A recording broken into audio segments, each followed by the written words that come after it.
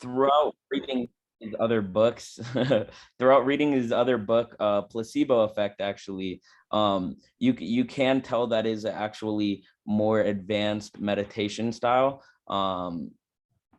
And Placebo Effect is really just, it's been a great book as well alongside of this, because it is more the beginning steps on what you should do, and it's more of the foundational stuff before this more advanced meditation that we're getting into.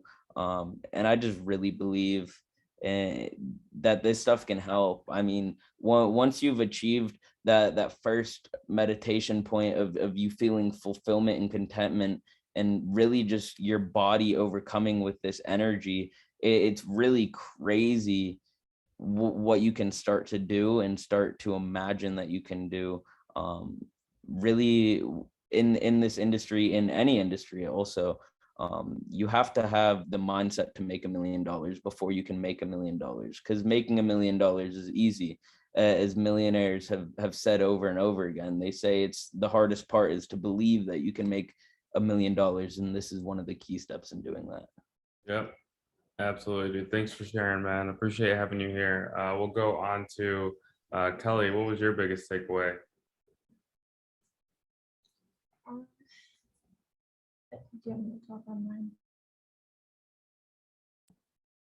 Okay, so this one was another reminder just to plant a seed in the infinite field of possibilities. And he says, just let it go from there. So like when we're imagining ourselves in the life that we want to have, or even imagining those feelings and actually feeling what it's going to be with the wish fulfilled, it's planting that seed and allowing that electromagnetic energy to flow through you, and then releasing it so that can go out into the field, as Dr. Joe Dispenza says, and just letting it go to then come back to you, or at least call it out to the universe that that's what you want. I found it interesting that his verbiage, like how he said that you need to like bless it, was a new perspective for me. So like blessing that feeling or blessing that future for yourself, and like really just like allowing it to like, so it is basically like, and just like truly giving it somewhat like unconditional love is like my definition of blessing something. So I'm still gonna ponder on what exactly that means, because I know he's gonna go further into like blessing your energy chakras and really becoming aware of every different facet of the feeling. So I'm just excited to learn more about that in the rest of the chapter to come. Love it. Thank you for sharing. In the spirit of time, I want to get through to everybody. Chris Cruz, what was your biggest takeaway? Good evening, everybody. The thing that resonated the most, and I won't go on a tangent, I'm actually super into meditation myself. I always have been, and I'm in the very beginning stages of it. So I do what you call guided meditation, which is someone that's, I would assume, is a professional, and they know what to say and what to get you to do to get to that meditative state. So for this, this is actually really interesting for me, because I've been working on getting myself to that next level where I don't need to be guided, where I can get myself to that state of mind. And the two major things that I wanted to say was, A, is beautiful. It's articulated. It is something that I would stress everyone actually put their money where their mouth is and actually try these things. And I know a lot of people say it, but when you actually try this stuff, you'll notice that it's very difficult to master these things the way that they're saying. So I appreciated the fact that it was articulated in such an easy way, where it does make you feel like you can try, and it gets you to at least attempt. But that would be, part 1 and 2, that I appreciate how it was articulated. But for me, for anybody that's actually going to try these things, I absolutely recommend it. When you actually get down to it, it's very difficult. It is a lot difficult, more difficult than people would say. So I appreciated this, because this isn't what I've read. This is a completely different system from the things that I've read. And I feel like I relate a lot better with how this was described. And that could be, you know, this person is an author, they are a writer, they're more inclined to really, I guess, to gauge us as a reader rather than being an instructional guide. So that could be the difference. So that's basically the only thing I have to say.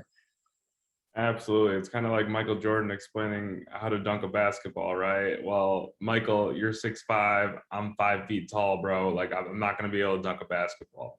But with him, he's just so eloquent, and his articulation makes it make sense.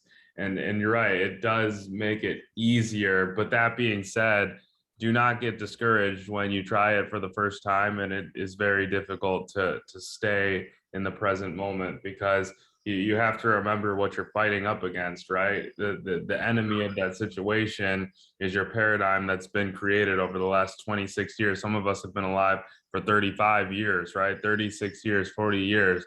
When it comes to that, you're fighting that old paradigm, all of those old distractions. So those things are going to come up when you're getting into the present moment. But the most important thing is coming back to center and really understanding that you're in control, even of your intention, even of your energy. But yeah, Chris, absolutely loved it. Yeah, Josh Ruber, what did you think? You know, it's just a daily reminder to me of how amazing life is and how like infinite we truly are. So I live. What truly amazed me, you know, in the beginning of life was that I was able to scope my body. So I used working out, you know, as a way to get out there and vent and like all of that, you know. And it just amazed me now that like not only can I scope myself mentally, but I can also scope myself on the inside of my body, you know. So there's more to it. And it's just crazy, like what we're able to unlock as we keep on going. The more we learn, the more we align ourselves, connect body and mind together. It's just truly amazing, like I said. And, you know, continuously putting your attention on where you need it is going to help you so much more too. So like me, like personally, like I always bring up, like I never get sick. It's because I don't focus on getting sick. I don't even think about it. If I ever do feel a little bit different that day, I'm always like, wait, oh, that's nothing. Sweat it out. You know, I'm going to hit the gym anyway. And there's nothing. I feel nothing the rest of the day, you know? So like, and even my dad would tell me the same thing. He's like, oh, you feel sick? Go to the gym, go sweat it out. You'll be fine. And that's how I lived my whole life, to be honest. And honestly, I think it works. But there's also other things too, of course. You know what I mean? There's stronger sicknesses than others. And I get that. But it's just crazy. Like I said, like I'm still learning how to, you know, basically meditate more and all that, because I can be a bit of a bouncy off the walls kind of guy, you know, so it can be a little bit hard for me to just totally sit down and just relax and just chill out and focus on one thing. I love multitasking, even though I'm not the best at it yet. But hey, we're all learning, aren't we? Absolutely, dude. Absolutely. I appreciate you for sharing and letting us into your journey, right? Of getting a better understanding, a better grasp, and how you operate, right? Because you just gave people a couple reference points of how to overcome specific things. Sickness is probably bigger than health and wealth and all of these other things that we're constantly going after. A lot of people are in fear of sickness, especially in this present moment, at this present time, with this pandemic that's happening and COVID-19 and all that nonsense, right? So thankfully, we can now take control of our own life, dude, and our own destiny. So thank you for sharing, Josh Ruber. We're gonna go to Will Cameron. What's going on, everybody? I hope you're well. What I took away from tonight's lesson was the thought of convergent versus divergent focus. They said convergent. Let me make sure I got my notes right. Yeah, they said convergent focus is like a single-minded focus, whereas divergent focus is a focus on both matter and energy. So the physical center that we call, you know, atoms, which are our energy centers, and it's what's comprised of, or it comprises everything in the universe. And then also having your mind set on that energy around it, because that energy around it is what's going to ultimately influence those physical centers that we call atoms. And then those atoms, you know, being composed of everything in the universe, is going to, you know, affect physical, emotional, etc. Outcomes for those certain things. So I think studying up and understanding myself, or allowing myself to understand convergent and divergent thought further, is going to be something that's super cool to study. Yeah, no, I totally agree, dude. I wrote down convergent. Define convergent for us, just in case nobody else understood what convergent meant. They said convergent focus is single-minded focus, focusing on anything of physical matter. Love it, love it, love it. And then what was divergent focus? I actually didn't write this down. So what did they say was divergent? What I got for divergent focus is focusing where you want to be, focusing on matter and energy. So kind of like how I described, it's the focus. Divergent is a little bit of both, because you're focusing on the physical, but you're also aware and conscious of the energy that surrounds and influences the physical. So it's a little bit of both. Huge. So important, bro. So important, bro. Thank you for sharing and highlighting those specific things. I believe those to be really important facets of what we just went over. So thank you, thank you, thank you. Kyle Powell.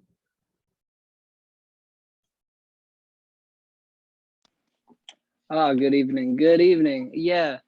Like I just wanted to not try to reiterate, but the biggest takeaways that I have from Caleb or whatnot were just inspiring hope and inspiring like just the drive to look at an impossible situation and actually, you know, go forth and actually beat it, for instance. Like, and when he was talking about those diseases that help people beat, help people cure from or whatnot. Like half of those on the list, especially Crohn's disease, I didn't know you could beat Crohn's disease. I thought that was just something that, you know, you just had to deal with the rest of your life.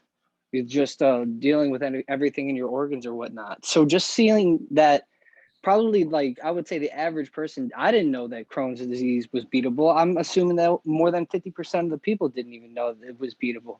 And because of that, how many people would get Crohn's disease and just be like, oh, well, like this sucks. I'm going to have to go to dialysis once a month. Oh, I'm going to have to like get all these surgeries or whatnot. And it's just just the fact that like you could be doing this meditation just at home, realizing that, you know, you just focus, like Will just said, focus on convergent thinking, thinking about the mind itself, and just knowing that everything that you're going to do is going to be 100% better. You're going to be living your life to the absolute fullest. And just knowing that you'll be better once this is all over, because either you're going to be able to deal with it in the easier way, or it's just going to leave your body because it's not going to be able to take anything from you. Yeah, huge, dude, huge. Where we are in full control, bro. That's what I'm taking from it. And honestly, beyond that, I've actually watched some of Dr. Joe Dispenza's offset, not like book related, like authentic, what he would put out for everybody, dude. He starts talking about some people who were deaf, bro, and then they were suddenly able to hear. He starts talking about people who were blind, who suddenly they were able to see. He starts talking about absolutely miraculous things.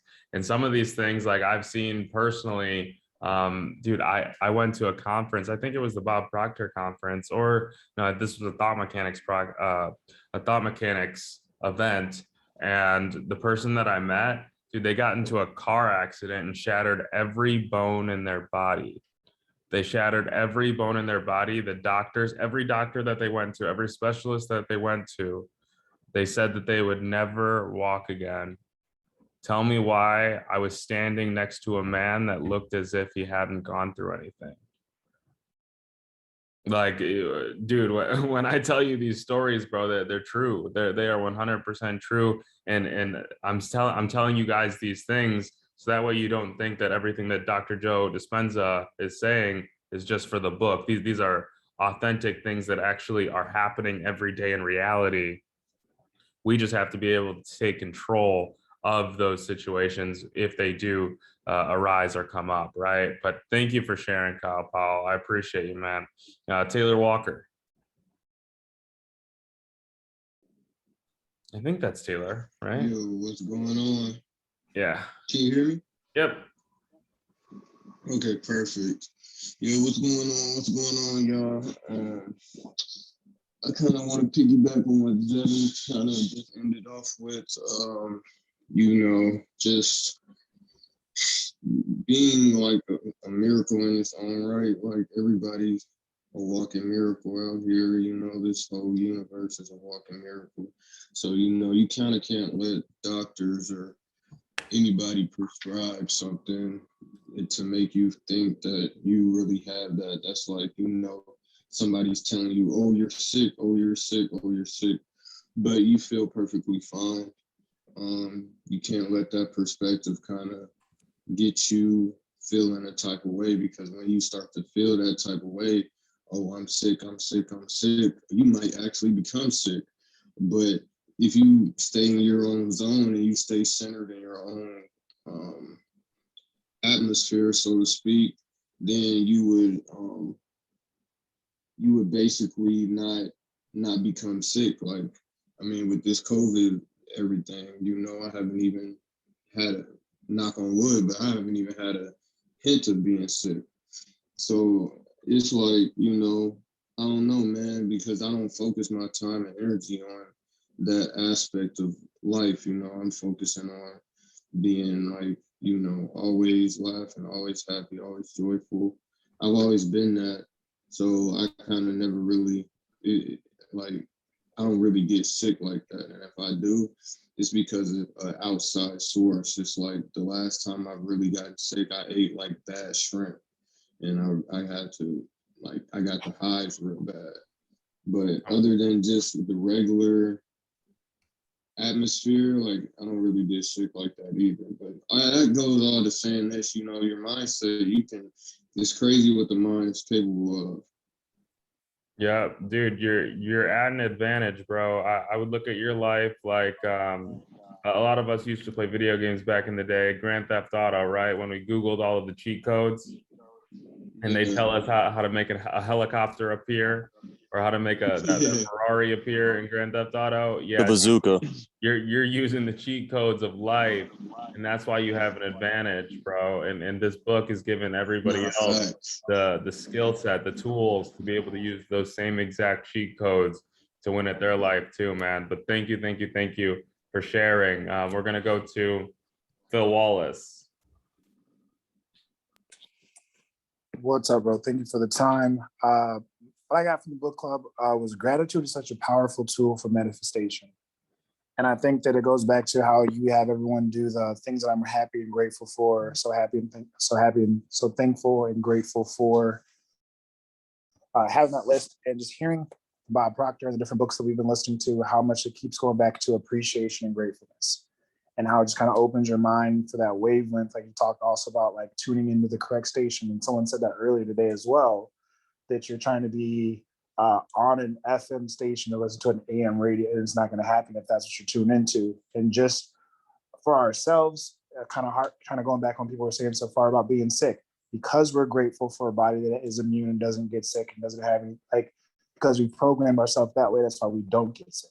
So we don't have those issues. So if you're programming yourself and grateful for this new life, these sales, Bloomble being a multi-billion-dollar company, and you walk as if you walk into that level and on that frequency, it's just bound and destined to happen for you as long as you're putting the work in.